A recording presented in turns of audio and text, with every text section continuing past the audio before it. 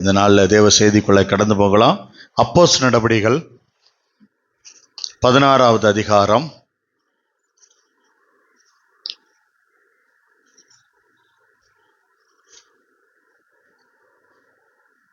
21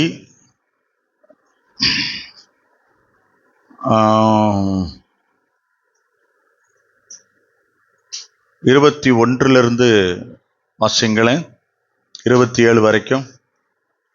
ரோமராகிய நாம் ஏற்றுக்கொள்ளவும் அனுசரிக்கவும் தகாத முறைமைகளை போதிக்கிறார்கள் என்றார்கள். அப்பொழுது ஜனங்கள் கூட்டம் கூடி அவர்களுக்கு விரோதமாய் எழும்பினார்கள்.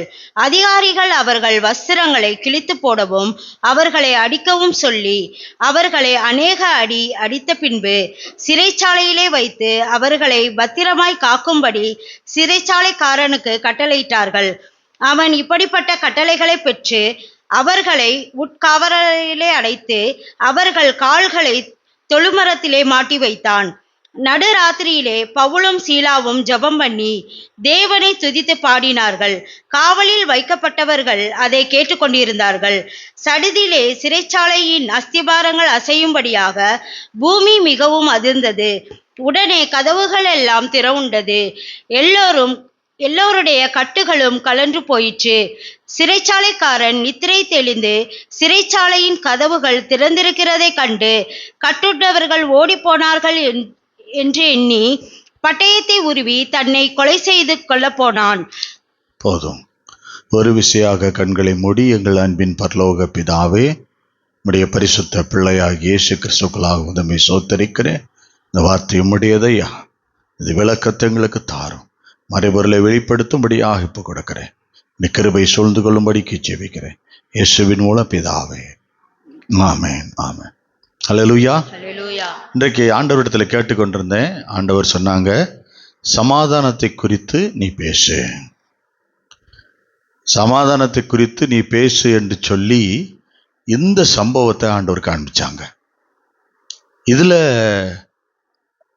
என்ன நிலையில இந்த பவுலும் சீலாவும் இருக்கிறாங்க, அவங்க உள்ளத்துக்குள்ள ஒரு விஷயம் நடந்துக்கிட்டு இருக்கு. எதனால் அது நடக்குது, நமக்கு இன்னைக்கு ஆண்டவர் அதை சொல்லி கொடுக்க போறாரு. அவங்களுடைய வாழ்க்கையில நம்ம நிறைய விஷயத்தை கற்றுக்கொள்ள போறோம். நமக்கு அது நடக்க போகுது. அல்லேலூயா. சமாதானம் அவங்களுக்கு இருக்கா இல்லையான்னு என்ன நடந்துச்சுன்னே தெரியல. ஆனா கர்த்தர் ஒரு காரியத்தை அங்க நமக்கு காண்பிக்கிறாரு. இந்த சூழ்நிலை குறித்து நாம பார்த்தா இது ஒரு கவலை வரக்கூடிய நிலையில தான் இருக்கு. ஏன்னா அவங்களுடைய சூழ்நிலை என்ன, பவுலும் சீலாவும் அடி வாங்கியிருக்காங்க. முதல்ல அவங்களுக்கு அடி விழுந்திருக்கு. ரெண்டாவது ரத்தம் சொட்ட சொட்ட உட்காந்துருக்காங்க. மூணாவது அவங்கள ஒரு தொழு மரத்தை அப்படியே வளைச்சி ஒரு தரையில ஒரு கம்பி ஊனி அதில் கட்டி அதில் உள்ள கயிறுல இவங்களை கட்டியிருக்காங்க. மரம் நிமிந்தா இவங்களை பிச்சுக்கிட்டு போற மாதிரி கட்டி வச்சிருக்கிறாங்க. பவுலும் சீலாவும் அப்படிப்பட்ட நிலையில அங்க உட்காந்துருக்காங்க. 3 விஷயம் அவங்ககிட்ட இருக்கு. 1, நல்லா அடிச்சிருக்காங்க. 2வது ரத்தம் சொட்டிக்கிட்டு இருக்கு. 3வது தொழு மரத்துல கட்டியிருக்காங்க. 3 காரியம் நடந்துகிட்டு இருக்கு. அவங்க அப்படிப்பட்ட நிலையில இருக்கிறவங்க இன்னொன்னு சிறைச்சாலைக்குள்ள இருக்கிறாங்க. அவங்க முழுக்க உடம்பு முழுவதும் காயத்தினால அவங்க அடிக்கப்பட்டிருக்காங்க. நாளைக்கு என்ன நடக்கும்ன்றது அவங்களுக்கு தெரியல. ஏன்னா நைட்டு இவ்வளோ வேலை நடந்து அவங்கள உள்ள வச்சுட்டாங்க. நாளைக்கு என்ன நடக்க போகுதுன்னு பவுலும் சீலாவுக்கும் தெரியாது. அப்படிப்பட்ட ஒரு சூழ்நிலையில அவங்க உள்ள இருக்கிறாங்க. நார்மலா உள்ளவங்க அப்படிப்பட்ட காரியத்துல இருந்தா என்ன செய்வாங்க? ஏன் கடவுளே, ஏன் ஆண்டவரே என்னை எப்படி விட்டீங்க, ஏன் இந்த சூழ்நிலைக்கு என்னை தள்ளுனீங்க, நாங்க உங்களை தானே ஆராதிச்சோம், இப்ப கூட உங்களை குறித்து தானே சொல்லிட்டு வந்தோம், நீங்க தானே நல்லவர், நீங்க தான் எல்லாத்தையும் காப்பாத்துவீங்க, நீங்க தான் மீட்டுக்கொள்வீங்கன்னு உங்களை பத்தி தானே நாங்க போய் சொல்லிட்டு வந்தோம். நார்மலா உள்ளவங்க யாரா இருந்தாலும் அப்படி சொல்லியிருப்பாங்க, கேட்டிருப்பாங்க. ஆனா அவங்க என்ன பண்ணாங்க? 2 விஷயத்த அங்க பார்த்தோம். ஜெபம் பண்ணாங்க. ஜெபம் பண்ணாங்கன்னா என்ன ஜெபம் பண்ணியிருப்பாங்க? தேவன் கிட்ட தாம் பிரச்சனையை சொல்லியிருப்பாங்க. ஹல்லேலூயா. ஜெபம் பண்ணாங்கன்னா என்ன அந்த நேரத்தில் ஜெபம் பண்ணியிருப்பாங்க?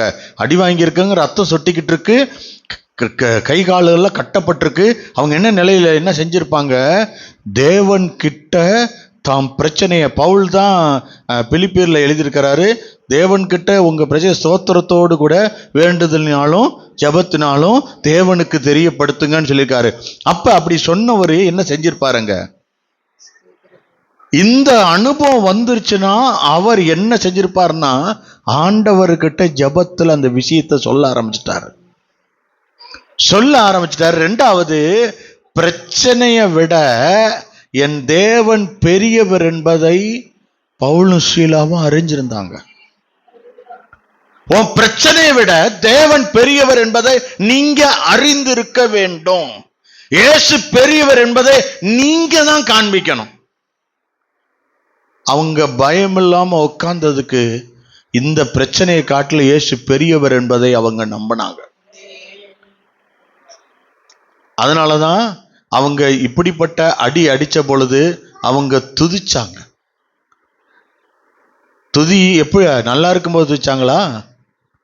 அடிச்ச உடனே ரத்தம் சிந்திக்கிட்டு இருக்கும் பொழுது கத்தரை துதிக்கிறாங்க. ரத்தம் வெளிப்படும் பொழுது நீ கத்தரை துதிக்கணும். ஹல்லேலூயா. காயம் இருக்கும்போது அவங்க பாடுறாங்க. அவங்க சமாதானம் இல்லாத ஒரு சூழ்நிலையில இருக்காங்க. அந்த நேரத்துல தேவன் தன் பக்கமாய் திரும்புவதற்கு, தேவன் நிச்சயமா என்ன காப்பாத்துவாருன்னு அவரை சார்ந்திருக்கிறதுக்கு அடையாளமா துதிக்கிறாங்க. ஹல்லேலூயா. சாரி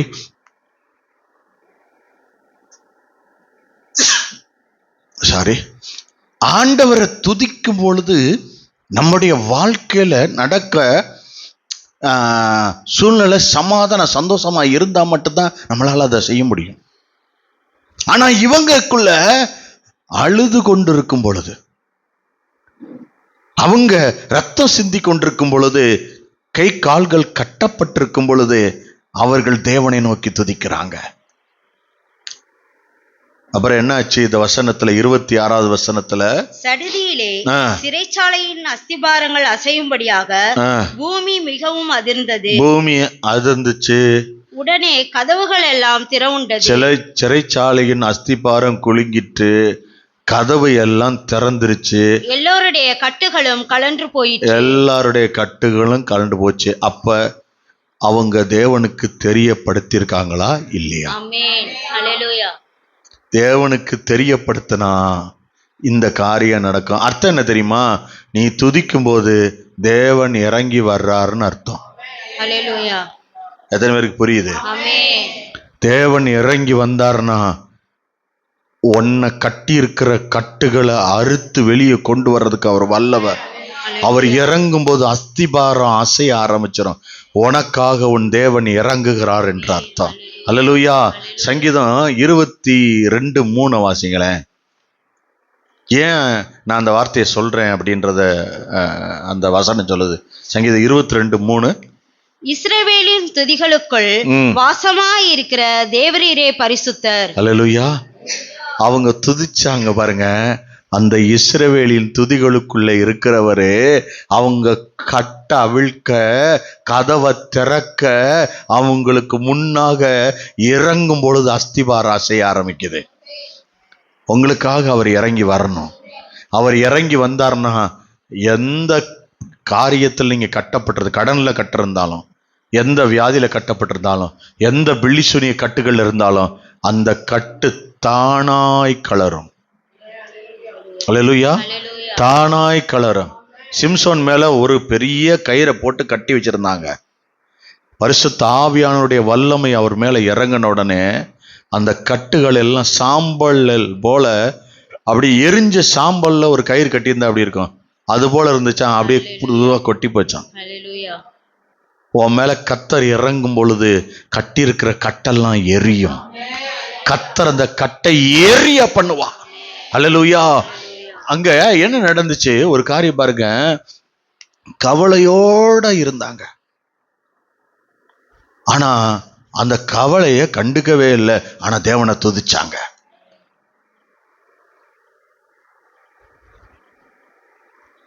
உங்க கவலை பவுலும் சீலாவை போல இருக்கா? கட்டப்பட்ட நிலைமையில, இரத்த சொற்ற நிலைமையில, அடிக்கப்பட்ட நிலைமையில, நீங்க போராடுற நிலைமையில உங்க கவலை உள்ள கலங்கி கொண்டிருக்கிறீங்களா? அப்படி நிலை இருக்கா? நாளைக்கு அதுக்கு பணம் கட்டணுங்க, நாளைக்கு அவங்க வந்து நின்றுவாங்கங்க, நான் இதுக்கு என்ன செய்ய போறேன் தெரியல, நாளைக்கு அவங்க வந்து என்னை கேட்பாங்களே, பிள்ளை என்ன நிலைமை ஆகுமோ, நாளைக்கு என்ன நிலைமை நடக்குமோ, நான் எப்படி இந்த இந்த இந்த கட்டுமர கட்டுகள்ல இருந்து நான் எப்படி விடுதலை ஆக்கப்பட போறேன்? ஏன்னா அது கட்ட அவிழ்ந்துருச்சுன்னா இவங்களை கொன்றும் அந்த மரம். அப்படிப்பட்ட நிலை. நாளைக்கு எப்படா என்னை இது அழிச்சிருமோ, இது இந்த கடன் வந்து என்னை அழிக்கிறது போல வந்து நிக்குதே, இந்த பிரச்சனை என்னை அமுக்கறி கொள்றது போல இருக்கே, அந்த மாதிரி ஏதாவது கவலை இருந்துச்சுன்னா கர்த்தரை இவங்க துதித்து பாடி அவங்க இருந்த இடத்துக்கு கொண்டு வந்துட்டாங்க. நீங்க கொண்டு வந்தீங்கன்னா அத்தனை கட்டுகளும் சிறைச்சாலையின் அந்த அஸ்திபாரத்தையும் அசைய வைத்து உள்ள இறங்கி வருவார். அவைகள் எல்லாவற்றையும் மாற்ற நிச்சயமா கர்த்தர் உன் துதிக்குள்ள வருவார். நீ துதிக்கும் பொழுது கர்த்தர் எத்தனை துயர சத்தத்தோடு கூப்பிடுறியோ, அவங்க எப்பனா நடுராத்திரியில துதிக்க ஆரம்பிச்சாங்களாம். சிறைச்சாலை அஸ்திபார அசைய நடுராத்திரியில எந்த வாய்ப்பு இல்லாத நேரத்துல தான் அவங்க துதிச்சாங்க. நீ ஏன் துதிக்க கூடாது? உன் பிரச்சனை மாறுவதற்கு நீ ஏன் கர்த்தரை துதிக்க கூடாது? நடுராத்திரி அவங்க துதி கர்த்தரை அவர்கள் பக்கமாய் திரும்ப பண்ணிற்று.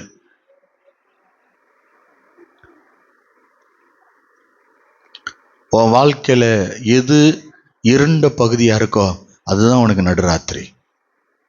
இந்த இடம் எனக்கு இப்படி போராட்டமா இருக்குங்கன்னு அப்பதான் நீ துதிக்க வேண்டியது. துதிச்சாதான் மாறும். ஆண்டவர் இன்னைக்கு ஒரு சமாதானத்தை குறித்து உங்களோட பேசினாரு. இவங்க அந்த நிலையில அந்த சமாதானத்தை எப்படி கொண்டு வந்தாங்கன்னா, அவங்க துதிச்சாங்க, கட்ட விழுந்தோடனே கண்டுபிடிச்சிட்டாங்க, என் சமாதானம் வந்துருச்சு, இந்த உலகம் கொடுக்காததை கொடுக்கிற சமாதானம் எனக்கு கட்டி வைத்திருந்த கதவை திறக்க வந்தாயிற்று என்று அவர்கள் நம்பினார்கள். அல்லேலூயா. அவங்களுக்கு பாருங்க, ஒரு காரியம் அந்த இடத்துல இருந்து நடுராத்திரியில அவங்க துதிச்ச பொழுது, ஒருவேளை உங்க வாழ்க்கையில எந்த நேரமோ இரண்ட பகுதி ஏதோ ஒரு இடத்துல நீங்க துதிக்கிறீங்க, அங்க ஒரே ஒரு விஷயம் சொல்லுது, உன் வாயை திறக்கணும். உங்க பிரச்சனை எப்பயோ உங்க வீட்டுக்காரர் அவ ஏதோ ஒன்று பேச ஆரம்பிச்சிட்டாருன்னா திறக்கிறேன் பாருங்க, அதை விட 100 மடங்கு திறக்கணும் கர்த்தர்கிட்ட. யாரா ஒருத்தவங்க பேச ஆரம்பிச்சுட்டா நம்ம கையம்மையான்னு பேசி அவங்கள அம்மிக்கு இறக்குற வரைக்கும் போராடுற பாருங்க. அது மாதிரி கர்த்தர்கிட்ட போய் நீங்க அவரை துதித்து பாடி, என்னதான் பிரச்சனை உனக்கு, இவ்வளவு பாட்டு பாடிக்கிட்டு இருக்க, ஏன் இவ்வளவு ஆர்ப்பரிச்சுக்கிட்டு இருக்க, ஆராதிச்சுக்கிட்டு இருக்கன்னு அழுதுகிட்டு இருக்க, உங்க கண்ணீர் பாடல்கள் ஒட்டச்சு உருவாக்குறது அழுது பாடி துதிக்கும் பொழுது பாருங்க எந்த கட்டை உடைப்பாருங்க, நிச்சயமா நடக்குங்க. ஆண்டவர் இன்னைக்கு அது சொல்ற, ஓ வாயை தர, புலம்பாத, இயேசுக்கு உன்னுடைய ஸ்தோத்திரம் தான் தேவை. இயேசு முதல்ல அவங்க இடத்துல வரணும்னா துதி அவரை கொண்டு வரணும். ஏன்னா இஸ்ரவேலுடைய துதிக்குள்ள உள்ள இருப்பாரு, உன்னை விடுவிக்கிற இருப்பாரு. ரெண்டாவது,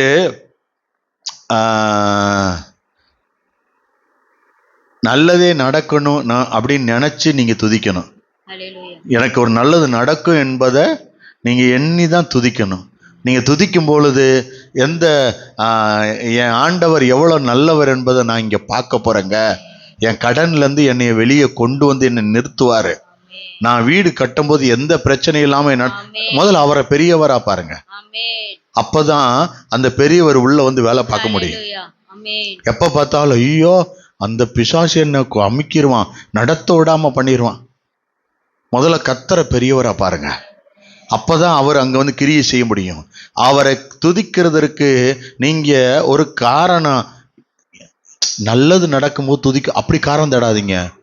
நான் எப்பயுமே துதிப்பேன்னா எப்பயுமே கூட இருப்பார். ஏன்னா துதிகளுக்குள்ளதானே இருப்பாரு, அவர் உங்களோட தான் கூட இருப்பாரு. மற்றவங்க கேட்கிறாங்களோ கேட்கலையோ அவிழ்க்கிறாரோ அவிழ்க்கலையோ நீங்க துதிச்சீங்கன்னா ஆட்டோமேட்டிக்கா காவலில் வைக்கப்பட்டவர்கள் அங்கே கேட்டார்களாம். துதிக்கும் போது கேட்டிருப்பாங்களா இல்லையா? ஒரு காரியத்தை நீங்க கவனிச்சுக்கோங்க. உன்னை எவன் அடைக்கணும்னு நினைச்சானோ, உன்னை எவன் முடக்கணும்னு நினைச்சாலோ அவ உன் துதியை கேட்டு ரட்சிக்கப்படுவா. குறித்து வச்சுக்கோங்க. அங்க சிறைச்சாலை அடிச்சு காத்தவன் நீ வெளியவே வரக்கூடாதுன்னு பார்த்துட்டு இருக்கான் பாரு, அவனை ரட்சிப்பார் கர்த்தர். இவெல்லாம் ரட்சிக்கப்பட்டானே அப்படின்னு நினைப்பீங்க, அவனை தீட்டு வருவார் கர்த்தர் ரட்சிக்கிறதுக்கு. அல்லேலூயா. அதனால காவலில் வைக்கப்பட்டவர்கள் இந்த துதியை கேட்டவங்க இது கவலையான துதி நினைச்சாங்க. இல்ல, இது சமாதானத்தை கொண்டு வருகிற துதி. அவங்க நம்பினாங்க, அவங்க ரட்சிக்கப்பட்டாங்க. அல்லேலூயா. நம்மளும் அப்படிதான் நடத்தப்படணும், அப்படிதான் ஆண்டவரை கூப்பிடணும். சமாதானம் எப்படின்னா, வருவதற்கு உன் துதி இல்லைன்னா அங்க ஒண்ணுமே இல்லை. உன் துதி வரும்பொழுது அங்கே சமாதானம். எந்த ராத்திரி உச்ச நேரம் சிறைச்சாலை அனுபவம், கட்டப்பட்ட நிலை, முடக்கப்பட்ட காரியமானாலும் உன் துதி இறங்கும் பொழுது கர்த்தருடைய பலத்த வல்லமை இறங்க ஆரம்பிக்கும். கர்த்தர் செவ்வையான பாதையில் உன்னை நடத்த ஆரம்பிப்பாரு. கர்த்தருடைய பெரிதான கிருபை உன் மேல இறங்கி வரும்.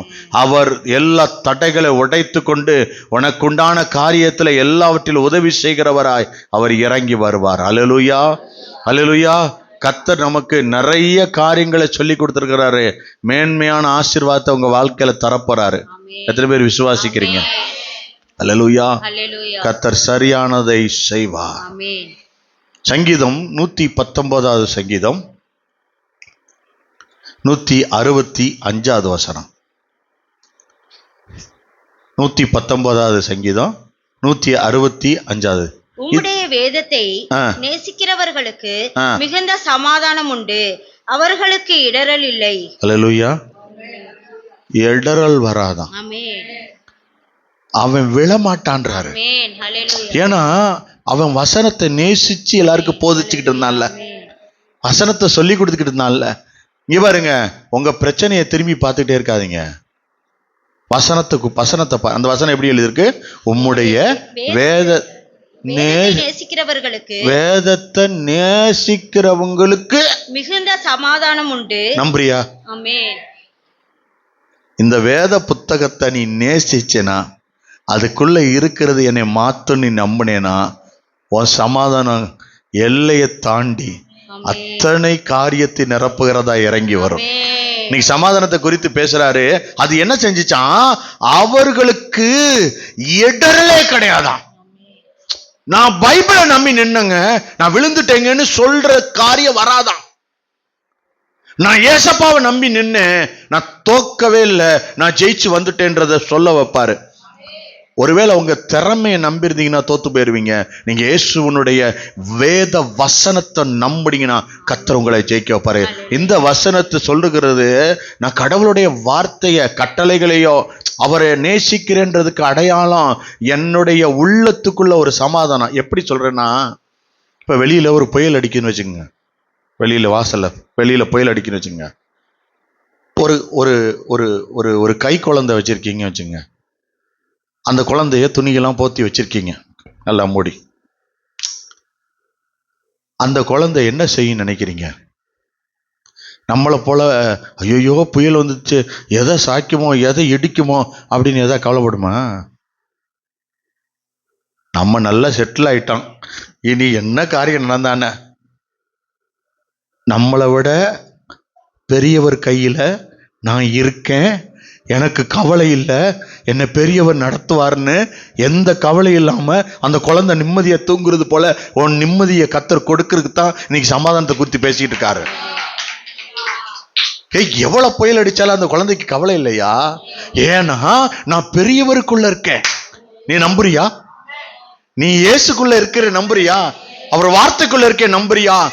அதை பிடிச்சுக்கிட்டேனா உண்மையாவே சொல்றேன், எந்த இடத்துல நீங்க வெக்கப்பட மாட்டீங்க. மேன்மையான ஆசீர்வாதம் உனக்கு. இங்க பாருங்க, நீங்க கர்த்தருக்கு பிடிச்ச வாழ்க்கையை தேர்ந்தெடுங்க. உங்க வாழ்க்கைக்குள்ள இருக்கிற எல்லாத்துலயும் உள்ள நிப்பாரு. எதெல்லாம் உனக்கு நேற்று சொன்னது போல தேவையில்லாததெல்லாம் எடுத்துக்கிட்டே நிப்பாரு. அவ்வளவு நல்ல வருதுங்க நம்ம ஆண்டவர். ஒரு 3 காரியத்தை சொல்றேன். அந்த இந்த வசனத்துல சொல்லுது என்ன சமாதானமா? மிகுந்த சமாதானம் உண்டு. இது வெறும் பிரச்சனையில இல்லைங்க, மரணத்துக்கிட்ட நின்றுக்கிட்டு இருக்காங்க அவங்க, பவுல் சீலாவும். அவங்களுக்கு கொடுக்குறாரு இந்த பிரச்சனை. சாதாரண காரியத்தை நான் கொடுக்கல சமாதானத்தை. உலகமே அழிஞ்சுக்கிட்டு இருக்கு, ஒரு குழந்தை கைக்குள்ள இருக்கு. நல்லா கவனிச்சு பாருங்க, எதுவுமே இல்லாம நிம்மதியா அது அழுத உடனே பாலும் வந்துடும். அல்லேலூயா. அது கண்ணீர் கீழே வராது, அழுகையின் சத்தம் கேட்ட உடனே ஆட்டோமேட்டிக்கா அதுக்கு தேவையானது வந்து சேரும். இது வெறும் பிரச்சனையா இருந்த இந்த நிலையில நீ போராடி கொண்டிருக்கிறேன்னு கர்த்தர் அறிஞ்சுக்கிட்டாருன்னா, தேவனுடைய வார்த்தை தருகிற ஒரு உறுதியான நிம்மதியை உன் உள்ளத்திலிருந்து ஒருத்தரால எடுக்க முடியாது. என்ன தெரியுமா? அந்த வார்த்தையை நீ நம்பணும். என்ன கொடுக்கிறாரு? யாருக்கு கொடுக்கிறாரு இந்த வார்த்தை? இடரல் இல்லையா. வாழ்க்கையில உனக்கு சோதனை வரும், பாவத்தின் ஆசை வந்து நிற்கும். ஆனா கர்த்தர் சொல்றாரு, இந்த வார்த்தையை பிடிச்சுக்கிட்டேனா என்ன சொல்லணும் தெரியுமா? இல்லடா, எனக்கு இடரல் வராதுன்னு எழுதியிருக்கு. அப்படின்னு இந்த வார்த்தையை நம்பினேனா கர்த்தர் சொல்றாரு, உனக்கு வரக்கூடிய எல்லா சோதனையும் வந்து நிற்கும். ஆனா கர்த்தர் எளிதில் உன்னை தேவ வசனத்தை வச்சு மீட்டு கொண்டு வந்துருவாரு, உன்னை வெளியே கொண்டு வந்துருவாரு. இந்த வாக்கு தத்துவம் யாருக்கு? இந்த வாக்கு தத்துவம் யாருக்கு? வேதத்தை நேசிக்கிறவனுக்கு. நீ நேசிக்கிறேன்னா உனக்கு தான் சொல்லிக்கிட்டு இருக்க, வேற யாருக்குமே இல்லை. நீ எனக்குன்னு நீ சொன்னேல, கர்த்தர் அந்த சத்தத்தை கேட்டாரு, உனக்கு தான் அந்த சந்தோஷத்தை கொடுக்கணும்னு. இன்னைக்கு சமாதானத்தை பத்தி அப்பா உங்ககிட்ட பேசியிருக்காரு. ஆண்டவர் உனக்கு கொடுக்கிற சமாதானத்தை குறித்து தான் கர்த்தர் உங்ககிட்ட சொல்லி கொண்டிருக்கிறார். அல்லேலூயா, அல்லேலூயா. உம்முடைய வேதத்தை நேசிக்கிறவர்களுக்கு மிகுந்த சமாதானம் உண்டு. யாருக்கு இந்த வாக்குத்தத்தம்? வேதத்தை நேசிக்கிற உங்களுக்கு தான் கர்த்தர் கொடுக்கிறாரு. அல்லேலூயா. இங்கே நேசிக்கிறது என்பது வெறும் பைபிளுடைய வார்த்தை அல்ல, விசேஷித்த மதிப்பு தக்கதாக நீங்க அதை உயர்த்தி பார்க்கிறீங்க. தேவனுடைய வார்த்தை என் வாழ்க்கையில ஒரு அதிகாரத்தை கொண்டு வரும், என் வாழ்க்கையில மாற்று நீங்க நம்புறதுனால அந்த வேத வார்த்தை உங்களுக்குள்ள கிரியை செய்ய தொடங்க ஆரம்பிக்கும். அல்லேலூயா. எப்படி வாசிக்கணும்? வாஞ்சையோட வாசிக்கணும். தினமும் வாசிக்கும் போது, அதை தியானம் செய்யும் போது ஆசையோட தியானம் செய்யணும். கடமைக்கு படிச்சிட படிச்சே ஆகணும்யா, ஐயோ எங்க அம்மா படிக்க சொல்றாங்க, அப்படி இல்லை, ஒரு ஆசையோட. என்னன்னு, என்கிட்ட ஒரு வார்த்தை கிடைச்சிருச்சு. நான் இன்னைக்கு காலைல வாசிக்கும் போது, டேய் இந்த வார்த்தை எப்படி வரும், இந்த வார்த்தை எனக்குள்ள என்ன கிரியை செய்யும், இன்னைக்கு ஃபுல்லா தியானம் பண்ணணும், இதை சொல்லிட்டாரே, இது எப்படி என் வாழ்க்கைக்குள்ள கிரியை செய்ய ஆரம்பிக்கும், இது எப்படி நடத்த, இப்படி யோசிச்சுக்கிட்டே இருங்க. உங்ககிட்ட காலையில பேசுனத நைட்டுக்குள்ள முடிச்சிருவாரு உங்ககிட்ட. நீங்க பார்த்துட்டு தான் வருவீங்க. நீங்க பார்த்துட்டு வர்றதுக்கு தான் நீங்க சமாதானத்தை பைபிளுக்குள்ள இருந்து எடுத்துட்டு வரேன். இந்த சமாதானம் எப்படி கொண்டு வந்தார் தெரியுமா? சிலுவையில தன்னுடைய ஜீவனை கொடுத்து உங்கள்கிட்ட கொண்டு வந்தார். ரொம்ப கஷ்டப்பட்டிருக்காரு அவர் அது கொண்டு வர்றதுக்கு. அதுக்குதான் இன்னைக்கு குறித்து அது சொல்றாரு, வேதம் ஒரு கடமையா வாசிக்கிறது இல்லை. ஆண்டு சொல்றாரு, ஒரு உயிர் நண்பன் கிட்ட நீ நேசிக்கிற பாரு, அந்த நேசம் போல இருக்கணுமா பைபிள் வசனம். அப்படி ஃப்ரெண்டோட போய் உட்காந்து பேசினா மணி கணக்கு போகிறதே தெரியாது பாருங்க. அப்படி இருக்கணுமா உங்க ஃப்ரெண்டு போல. அப்படி ஆயிடுச்சுன்னு வச்சுங்களேன், இங்க வந்து நீங்க சொல்லுவீங்க, பாஸ்டர் நான் திறந்து ஒரு வசனத்தை ஏதாவது ஒன்று வாசிச்சா ஏதாவது ஒன்று மட்டும் அப்படியே ரேமா வார்த்தை அப்படியே துண்டா எனக்கு தெரியுது பாஸ்டர், இது மட்டும் என்கிட்ட ஏதோ சொல்ற மாதிரியே இருக்குன்னு அப்படி வரும். ஃப்ரெண்டுகிட்ட போய் பேசும்போது இன்பமா இருக்கு தெரியுமா? ஃப்ரெண்டுகளோட உட்காந்து பேசும்போது, நமக்கு பிடிச்சவங்களோட உட்காந்து பேசிக்கிட்டு இருக்கும்போது அப்படியே உட்காந்து பேசினா அவரு ரொம்ப அட்டு வார்த்தையா தான் இருக்கும், ஆனா ரொம்ப தேனா இருக்கும் தெரியுமா? எத்தனை பேர் பார்த்துருக்கீங்க, ருசிச்சிருக்கீங்க?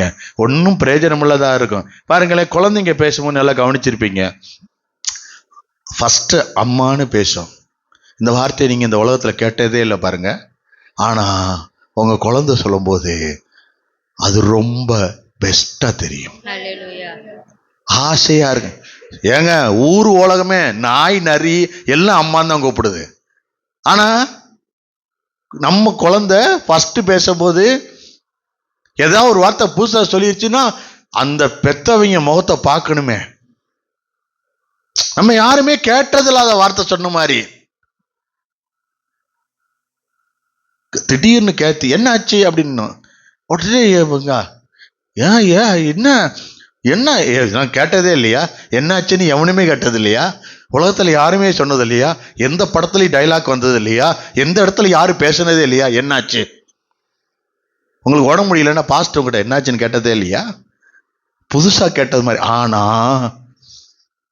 நீங்க நேசிக்கிறவங்க அந்த வார்த்தையை சொன்னாங்கன்னா என்னை அவங்க விசாரிச்சாங்க பாரு என்னாச்சுன்னு, அவங்களுக்கு என்ன ஞாபகம் இருக்குடா வருதா, அது மாதிரி கத்த சொல்றாருங்க. பைபிள் உன்னை விசாரிக்க என்னாச்சுன்னு, பைபிள்ல கத்தர் உன் கூட பேசுவாரு. உனக்கு என்னாச்சு, நீ என்கிட்ட எப்பயும் போல இல்லையேன்னு கத்தர் நிச்சயமா பைபிள் மூலமா உங்ககிட்ட பேசுவாரு. அதுதான் கத்தர் என்ன நினைக்கிறார் தெரியுமா, உங்களுக்குள்ள ஒரு மிகுந்த சமாதானத்தை கொடுக்குன்னு நினைக்கிறார்.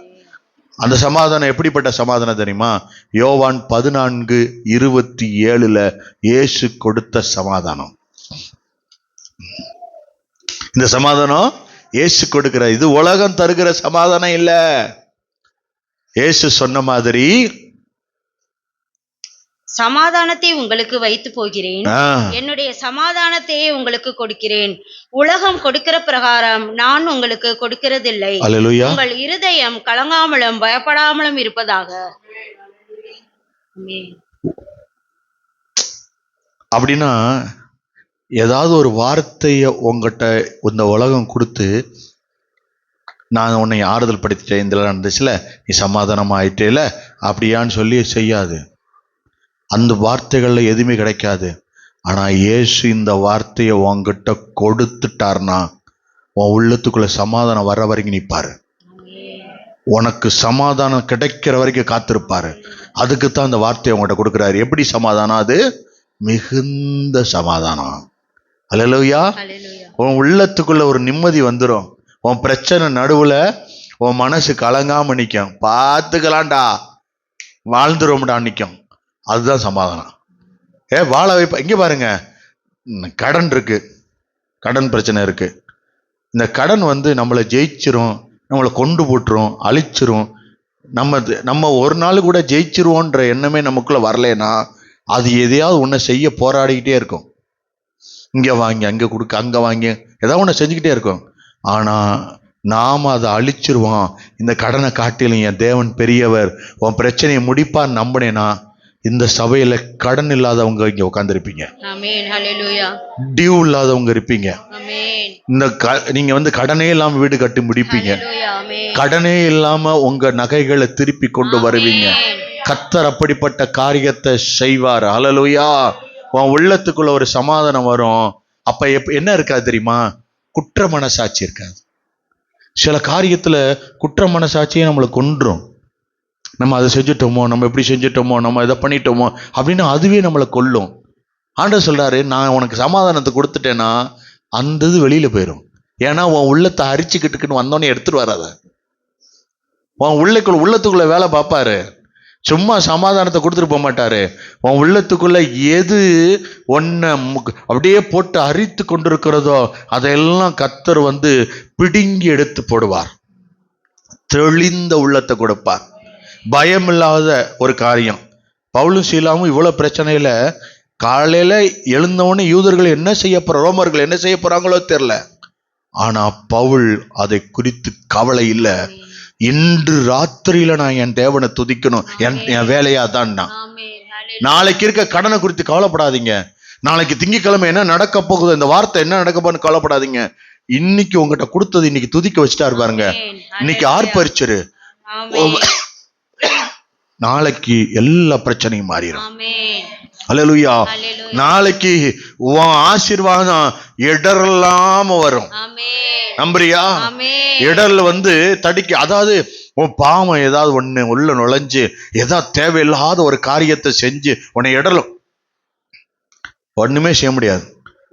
அந்த வார்த்தை உன் உள்ளத்துக்குள்ள பேசும். உனக்கு தேவன் இருக்கிறாரு, நீ பாவத்துக்கு செவி கொடுக்காத. வேத வசனம் உனக்குள்ள இருந்து பேசும். இந்த சோதனை வருது, நீ எழுந்து இயேசுவை போல நீ பேசு. எப்படி இயேசு எப்படி பேசினாரு? மத்தேயு 4 பேசினார் இல்லைங்க, அது போல நம்மளும் அந்த காரியத்தை பிசாசு கொண்டு வரும் பொழுது எழுதியிருக்கிறதே பாவத்தை ஜெயிக்கணும். 119:11 வாசிங்களேன். 119:11 சங்கீதம் 119 அதுலதான் இருக்கு. எழுதியிருக்கிறதே.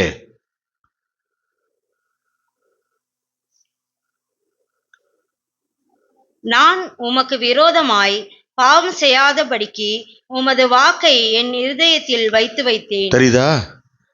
தாவீது சொல்றாரு, பாவம் செய்யாம இருக்கிறதுக்கு அந்த வசனத்தை உள்ள வச்சிருக்கார வாக்க. அது உள்ளத்துக்குள்ள நிக்குதான்.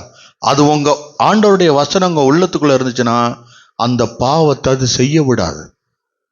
அந்த பாவத்தை நம்மளை விழத்தள்ளாது. விசுவாசத்துல நீங்க தடுமாறவே மாட்டீங்க.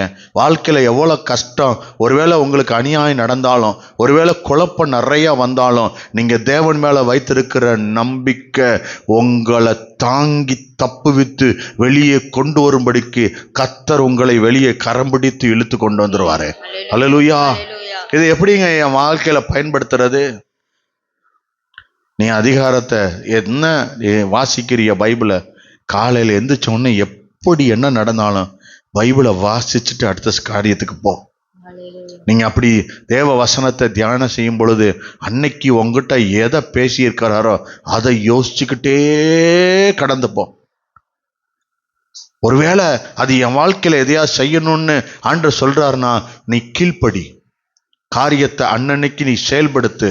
கர்த்தரை நேசிக்கிறதுக்கு அதுதான் அடையாளம். யோவான் எழுதின சுவிசேஷம் 14:21.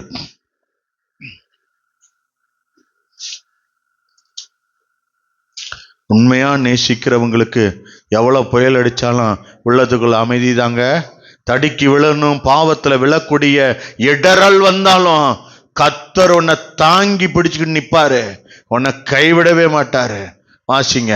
என் கற்பனைகளை பெற்றுக்கொண்டு அவைகளை கை கொள்கிறவனே என்னிடத்தில் அன்பாயிருக்கிறான்.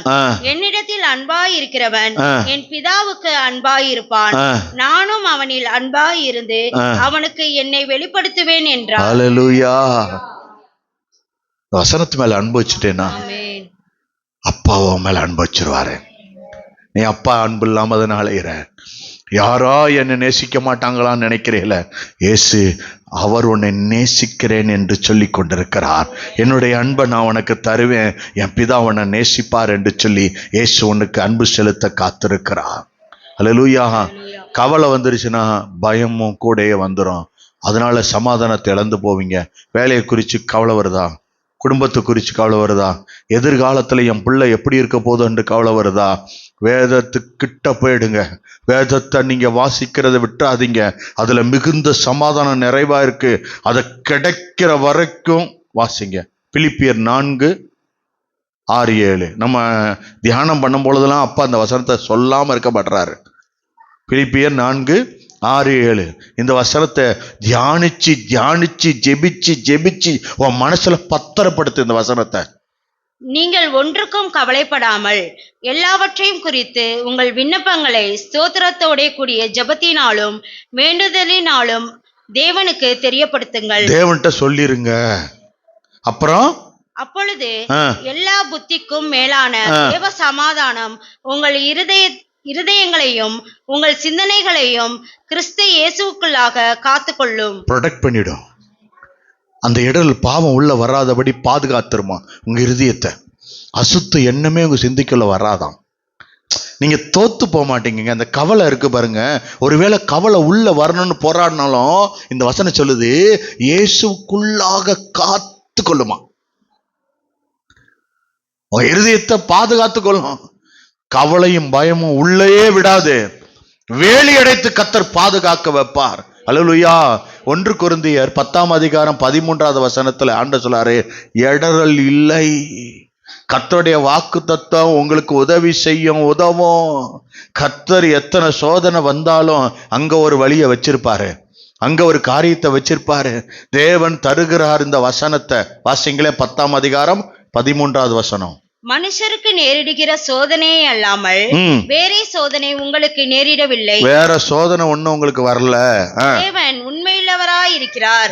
உங்கள் திராணிக்கு மேலாக நீங்கள் சோதிக்கப்படுகிறதற்கு அவர் இடங்கொடாமல் சோதனையை தாங்கத்தக்கதாக சோதனையோடு கூட அதற்கு தப்பிக்கொள்ளும்படியான போக்கையும் உண்டாக்குவார். அல்லேலூயா. தப்பிக்கொள்றதுக்கு வழியும் கொண்டு வருவார். அன்னைக்கு போன வாரம் சனிக்கிழமை தியானம் பண்ணும் பொழுது ஆண்டவர் அழகா சொன்னாங்க, தப்பிக்கொள்ற வழி பரிசுத்தாவியராம். அவர் வந்து கொடுப்பாராம். தப்பிக்கொள்ற வழியை நமக்கு சொல்லி கொடுப்பாராம். அல்லேலூயா. இன்னைக்கு கத்த சொல்றாரு, இடரல் இல்ல, உனக்கு விழுந்து போக மாட்டேன். ஒருவேளை பாவம் உன்னை மேற்கொள்ள வருதுன்னா கத்த சொல்றாரு, இந்த வசனத்தை ஞாபகம் வச்சுக்க, தப்பிக்கொள்ள வழி செய்வார். போக்கு இருக்கு, நான் வெளியே வந்துருவேன், என்னை கூட்டிட்டு வந்துருவாருன்னு நீ சொன்னேனா கட்டாயம் உன்னை வெளியே கொண்டு வர்றதுக்கு இயேசு வருவாரு. அல்லேலூயா. முடிவு நல்லாதான் இருக்கும். வேத வசனத்தை நேசிக்கிறவங்களுக்கு பழி வாங்குற எண்ணமே வராதான். அல்லேலூயா. பழி வாங்க துடிக்க மாட்டாங்க, அவங்க மன்னிக்கிறதுல இருப்பாங்க. அநியாயம் எவன் செஞ்சாலும் அவங்க தேவன் கிட்ட போய் நின்று, எனக்கு இவங்க அநியாயம் செய்யறாங்கன்னு அவர்கிட்ட இருக்க சமாதானத்தை வாங்கிட்டு திரும்பி வந்துருவாங்க. கர்த்தர் உனக்காக யுத்தம் பண்ணி உன்னோட கூடையே இருக்கிறேன் என்று உன்னை உறுதிப்படுத்தி நடத்துவார். ரோமர் 12:19.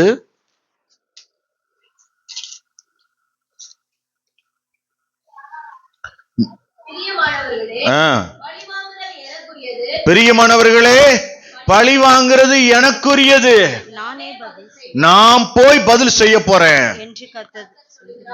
நீ சமாதானமா இரு, அவனை எப்படி பழி வாங்கணும்னு கவலைப்படாத, கொஞ்சம் சமாதானமா இரு, நான் போறேன். நம்புறீங்களா? உங்க ஆமேன் ஏசப்பா கேட்கட்டுமே. அவர் பழி வாங்குவதற்கு இறங்குகிறார். அல்லேலூயா.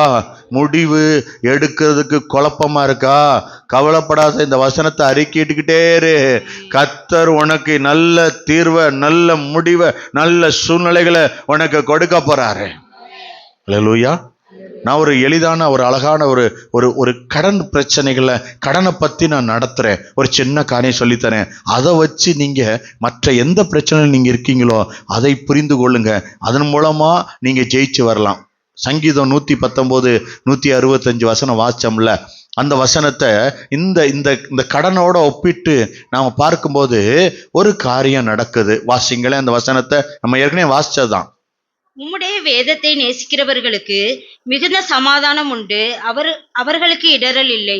ஆண்டவர் சொல்றாங்க, கடன் இருக்கும்போது மனசுல எப்படிங்க நிம்மதி வரும்? எப்படி தூக்கம் வரும்? எதிர்காலத்து குறித்து பயம் வருமா வராதா? நீங்க இதை வச்சு உங்க எல்லா பிரச்சனையும் நினைச்சுக்குங்க. நான் ஒரு கடனை உங்களுக்கு ஒப்பிட்டு நடத்தி தரேன், சொல்லித்தரேன். இதை வச்சு நீங்க மற்ற எல்லா பிரச்சனையும் நினைச்சுக்குங்க. எப்படி இந்த காரியம் என் வாழ்க்கையில இருக்கும்போது நான் நிம்மதியா தூங்குவேன், எப்படி எனக்கு சமாதானம் கிடைக்கும்? ஒரு மனுஷனுக்கு கடன் இருந்தா அது கடன் நடுவில் அவன் எப்படி நிம்மதியா தூங்க முடியும்? அவன் சமாதானத்தை அவன் பிடிச்சிக்க முடியும்? அவன் வாழ்க்கை எப்படி அமைதியா இருக்கும்? நாளை காலையில வந்து நிப்பானேன்ற பயம் இருக்குமே. இந்த மாசம் 1ஆம் தேதி வரும்போது, 2ஆம் தேதி வரும்பொழுது, 3ஆம் தேதி வரும்பொழுது என்ன நடக்குமோ? அவங்க வந்து நிப்பானே, நான் பணத்துக்கு என்ன செய்வேன், அவங்களுக்கு என்ன பதில் சொல்லுவேன், இவங்களுக்கு என்ன பதில் சொல்லுவேன்னு சில பிரச்சனைகளை நீங்க நினைச்சு கொண்டிருந்தீங்கன்னா, கர்த்தர் சொல்ற ஒரு காரியத்தை நீதிமொழிகள் 22:7 ஒரு காரியத்தை நாம என்ன செய்யணுமா? கர்த்தரிடத்துல போய் நம்ம நிலைமைய, நம்ம உண்மை என்னவோ, அந்த கடன் எவ்வளவோ, என்ன பிரச்சனையில் இருக்குமோ, என்ன போராட்டத்தில் இருக்குமோ, அதை போய் கர்த்தரிடத்துல சொல்லணுமா. நீதிமொழிகள் 22:7. ஐஸ்வர்யவான் தரித்திரனை ஆளுகிறான், கடன் வாங்கினவன் கடன் கொடுத்தவனுக்கு அடிமை. பைபிள் இப்படி சொல்லுது. கர்த்தரிடத்துல போய் நீங்க சொல்லணும், எவ்வளவு கடன் இருக்கு, யார் யார் இடத்துல இருக்கு, எதுல இருக்கு, யார் உங்களுக்கு பிரச்சனை கொடுக்கறா, என்ன பிரச்சனை, எல்லாத்தையும் தெளிவா சொல்லுங்க. அவருக்கு தெரியப்படுத்துங்க. உங்க கடனை போய் கர்த்தர்ட்ட ஒத்துக்குங்க. ஒருவேளை உங்க வீட்டுல உள்ளவங்ககிட்ட எல்லாம் மறைச்சிருந்தா உங்க வீட்டுல உள்ளவங்ககிட்ட சொல்லுங்க. கர்த்தரிடத்துல போய் நீங்க என்ன செய்யணும்னா, கடனை இவ்வளவு பிரச்சனை இருக்கு, இது இருக்குன்னு நீங்க போய் கடனை கர்த்தர்ட்ட சொல்றது எப்படின்னா, உங்க கவலைய போய் கர்த்தர்ட்ட ஒப்பு கொடுக்குற மாதிரி. எதுக்காக இதை சொல்றேன் அப்படின்னா, ஏன் உங்க பாவம் இது இருக்குன்னு நீங்க கர்த்தர்ட்ட போய் சொல்லணும்னு சொல்றேன். ஏன் உங்க கடன் இருக்குன்னு கர்த்தர்ட்ட சொல்லுறேன், ஏன் உங்க வியாதி இருக்குன்னு கர்த்தர்ட்ட சொல்லணும்னு சொல்றேன்னா, நீங்க அப்படி சொன்னாதான் இது இங்கிருந்து அது அங்க டிரான்ஸ்ஃபர் ஆகும், மாறும். அப்போதான் உங்கள்கிட்ட இருந்து அது விடுதலை ஆகும். நீங்க இயேசுகிட்ட சொல்லிட்ட பிறகு அந்த பாவத்துக்கு பயம் வந்துடும், நீங்க விடுதலை பெற்றுக்கொள்வீங்க. எத்தனை பேருக்கு புரியுது? 1 பேதுரு 5ஆம் அதிகாரம் 7வது வசனம் சொல்லுது, அவர் உங்களை விசாரிக்கிறவரானபடியால் உங்க கவலைகள் எல்லாம் அவர் மேல இஎம்ஏ என்ன செய்யணும், அவர் மேல வைக்கணும். அதை போய் சொல்லணும் அவர்கிட்ட, எனக்கு இவ்வளவு இருக்கு, நான் கட்டணும். அடுத்து எங்க ஒன்னு முடிச்சா அடுத்து வாங்கணுங்க. வாங்கிட்டு இருக்கும்போது குறையும் போதே எதையும் அதையும் வாங்கி மாத்தி போட்டுக்குவோம். இந்த கடனை முடிக்கிறதுக்குள்ள அந்த கடனை வாங்கி அதை கட்டிட்டு மிச்சத்தை வச்சு இப்படி போகாதீங்க.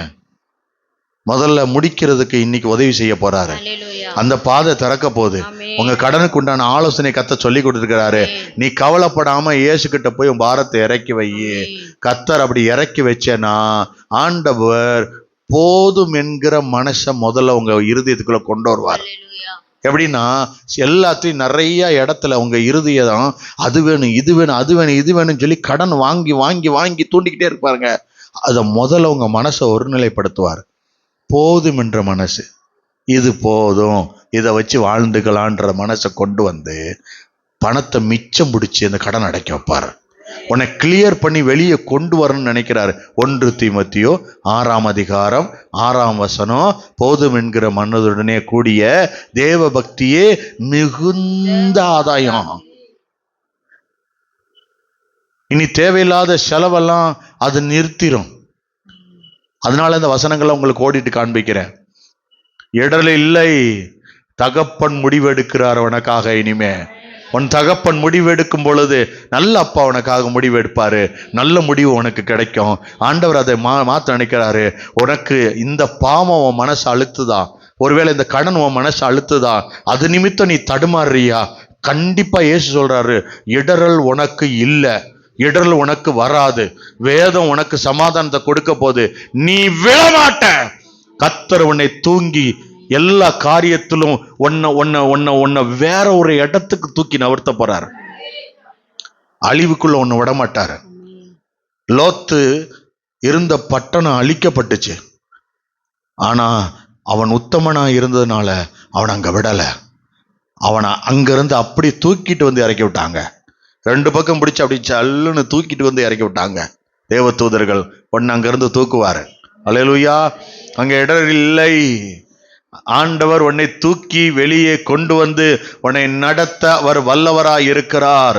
அவர் பொய் சொல்ல மாட்டார். கடனை மாற்றுகிறது நிச்சயம்.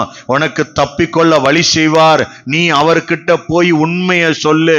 எனக்கு இப்படி இந்த பாவத்துல இருக்கேன் ஆண்டவரே, இந்த பிரச்சனையில இருக்கேன், இந்த வியாதியில இருக்கேன், இதெல்லாம் எப்படி இருக்குன்னு உண்மையை அவர்கிட்ட பட்டு பேசு. உண்மையை அவர்கிட்ட சொன்னேன்னா அவருக்கு தெரியும் உன் வாழ்க்கையில எதை மாத்தணும். ஏன் தெரியுமா உண்மையை சொல்றாரு? நீதிமொழிகள் இருக்கு 12:22 பொய் உதடு கர்த்தருக்கு அருவருப்பான். ஏசப்பாட்டை வந்து எப்ப கேட்டாலும் ஏங்க சர்ச்சுக்கு இன்னைக்கு வரல அப்படின்னு சொன்ன உடனே ஒரு பொய் சொல்லுவோம் தெரியுமா, அதை பார்ப்பாரு அவரு. ஏன்னா சர்ச்சுக்கு வரல, ஆண்டவர் காரியத்தை தான் நம்ம கேட்கிறோம். கேட்ட உடனே நம்ம என்ன சொல்லுவோம், பாஸ்ட் நம்மளை தப்பா நினைச்சுக்குவாருன்னு. அப்பா அங்க தப்பா நினைச்சிட்டு உட்காந்துருப்பாரு. அவரு கேட்பாரு, அவருக்கு என்ன பதில் சொல்லுவான்? உங்களுக்காக தானே இந்த ஆலயத்தை இங்கே கொண்டு வந்தாரு, உனக்காக தானே எல்லா விஷயத்தையும் இங்க கொண்டு வந்தேன், சகல காரியம் உனக்காக தான் கொடுக்குறேன். இங்க இருக்க ஏசி யாருக்காக போட்டிருக்காரு நினைக்கிறீங்க? உணவு காரியங்கள், சேர் காரியங்கள், பில்டிங் காரியங்கள், இந்த இடத்துல கொண்டு வந்து எல்லாத்தையும் வச்சது யாருக்காக? நமக்காக. அவர் நம்மளை நேசிக்கிறார், நமக்காக தான் இதெல்லாம் கொண்டு இருக்கிறாரு. அதனால சொல்றாரு, அவர்கிட்ட உண்மையா இருந்தேன்னா இனிமே நீ கடன் வாங்க மாட்ட. பழைய கடனை கர்த்தர் அடைக்கிறதுக்கு புதிய காரியத்தை, திட்டத்தை உனக்கு கொடுப்பாரு. இது இடறி விழக்கூடிய திட்டம் இல்ல, அதை சமாளிக்கிற திட்டம் உன் வேதத்திலிருந்து வரும். அவர் கர்த்தர் உனக்கு, பைபிள் சொல்லுது ரோமர் 13:8 ஒருவரில் ஒருவர் அன்பு கூறுகிற கடனே அல்லாமல் வேற ஒரு கடன் உங்ககிட்ட இருக்கக்கூடாது. நான் அவர் என்கிட்ட ரொம்ப அன்பா இருந்தாருங்க, நான் அவர்கிட்ட அந்த அன்பு செலுத்தலைங்கன்னு மட்டும்தான் நீங்க கடனா இருக்கணுமா? வேற எந்த கடனும் இல்லையா? பக்கத்து வீட்டுக்காரரு இந்த வீட்டு பொம்பளை போய் அந்த வீட்டுல போய் அவர் என்னை ரொம்ப நேசிச்சாருங்க, நான் அவர் மேல அன்பா அப்படி பாஞ்சிடக்கூடாது. அந்த அர்த்தம் இல்ல, இந்த அன்பு இல்ல. ஆண்கள் ஆண்களோட அன்பு செலுத்துறது, பெண்கள் பெண்களோட அன்பு செலுத்துறது, அந்த அன்பை சொல்லிக்கிட்டு இருக்கேன். நீங்க எல்லாரும் சேர்ந்து மகாராஜாவோட அன்பு செலுத்துற ஏசப்பா மேல, அவர் உங்க மேல வைக்கிற நேசத்தை சொல்றேன். நீங்க அன்பு கூறுகிறத கர்த்தர் விரும்புறாரு. ஆமா, பக்கத்து வீட்டுக்காரர் ரொம்ப இறக்கப்படுறாரு, பணம் கொடுக்குறாருன்னு சொல்லி அவர் மேல வைக்கிற அன்பு அல்ல. அந்த அன்பு பொல்லாத அன்பு, அது சத்துருவின் அன்பு. நீ நம்பிக்கையை இழக்க கூடாதுன்னு, இனி உன் வாழ்க்கையில கடன் இருக்கக்கூடாதுன்னு இயேசு உன்னை ரொம்ப நேசிக்கிறாரு, உன்னை எழுப்பணும்னு நினைக்கிறாரு.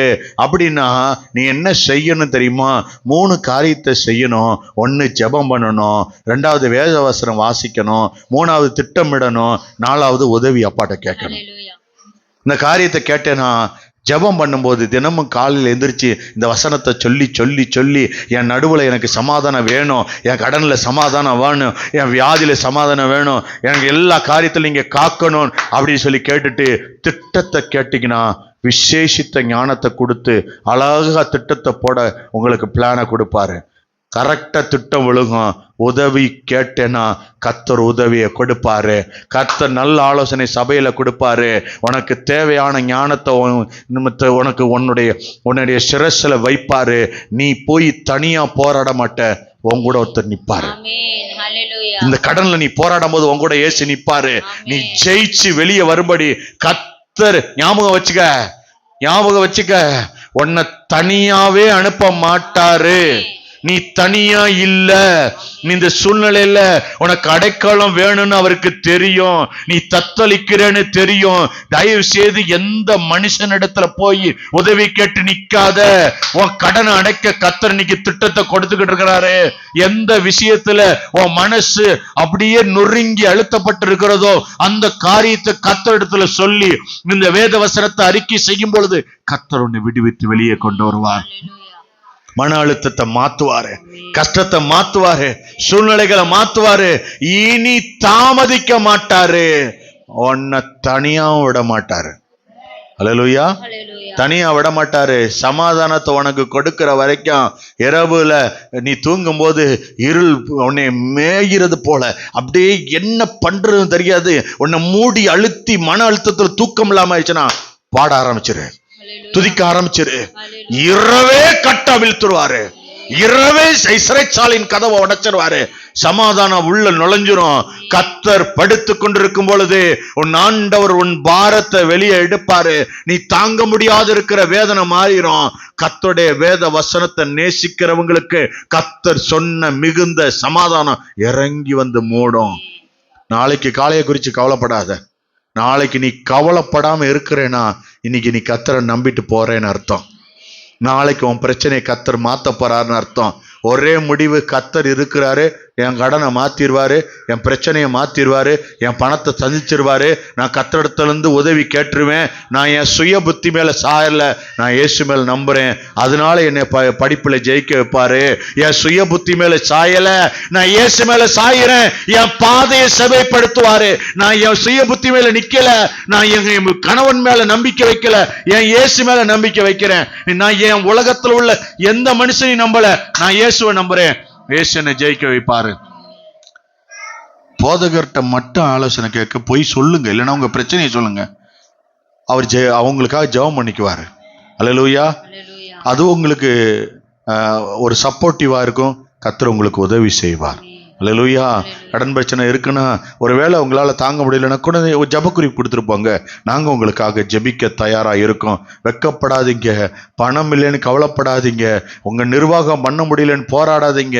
எந்த சூழ்நிலையும் இயேசு மாற்ற உங்களுக்கு உதவி செய்ய வல்லவராய் இருக்கிறாரு. நீங்க அறியாததை உங்களுக்கு செய்ய கர்த்தர் உதவி செய்ய வல்லவராய் இருக்கிறாரு. ஒருவேளை ஆண்டவர் எங்கிட்ட சொல்லி ஏதாவது ஒரு ஆலோசனை உங்ககிட்ட சொல்லணும்னு சொன்னாருன்னா அந்த ஆலோசனையை நாங்க ஜெபம் பண்ணி வாங்கி உங்ககிட்ட சொல்லுவோம். அந்த ஆலோசனையை கேட்டு உங்க வாழ்க்கையில நீங்க செயல்படுத்தும் போது அது உங்களுக்கு உதவியாய் இருக்கும். அல்லேலூயா, அல்லேலூயா. ஒரு ஹல்லேலூயா ஜெபம் பண்ணலாமா? நம்ம எல்லாரும் எழுந்து நிற்போம். எங்கள் அன்பின் பரலோக பிதாவே, உம்முடைய பரிசுத்த பிள்ளையாகிய இயேசு கிறிஸ்துக்களாக வந்து மை சோத்தரிக்கிறேன். பவுலும் சீலாவுக்கும் இருந்த போராட்டத்தை, அவர்கள் தேவன் எனக்கு நன்மை செய்வார், தேவன் எனக்கு சமாதானத்தை கொடுப்பார், தேவன் என்னை நடத்துவார் என்று நம்பிக்கையோடு அவர்கள் காத்திருந்தது போல இன்றைக்கு அப்படிப்பட்ட காரியத்தை எங்கள் வாழ்க்கையில் நீர் கற்றுக் கொடுத்திருக்கிறீர். நாங்கள் என்ன செய்யணும், நாங்கள் எந்தெந்த வசனத்தை நம்பணும், எப்படியெல்லாம் நாங்கள் பார்க்கணும், நீங்கள் எங்களுக்கு எதில் உதவி செய்வீங்க, எல்லா காரியத்தையும் நீங்கள் தெளிவாக நீங்கள் எங்களோட பேசியிருக்கீங்க. இந்த நாளில் ஆண்டவரே வந்த பிள்ளைகளோடு நீங்கள் பேசியிருப்பீங்க நான் நம்புகிறேன். இந்த வார்த்தை ஆசீர்வாதமாக இருக்கட்டும். உடைய கரத்தில் ஒப்புக் கொடுக்கிறேன். இயேசுவின் வல்லமையுள்ள நாமத்தில் பிதாவே.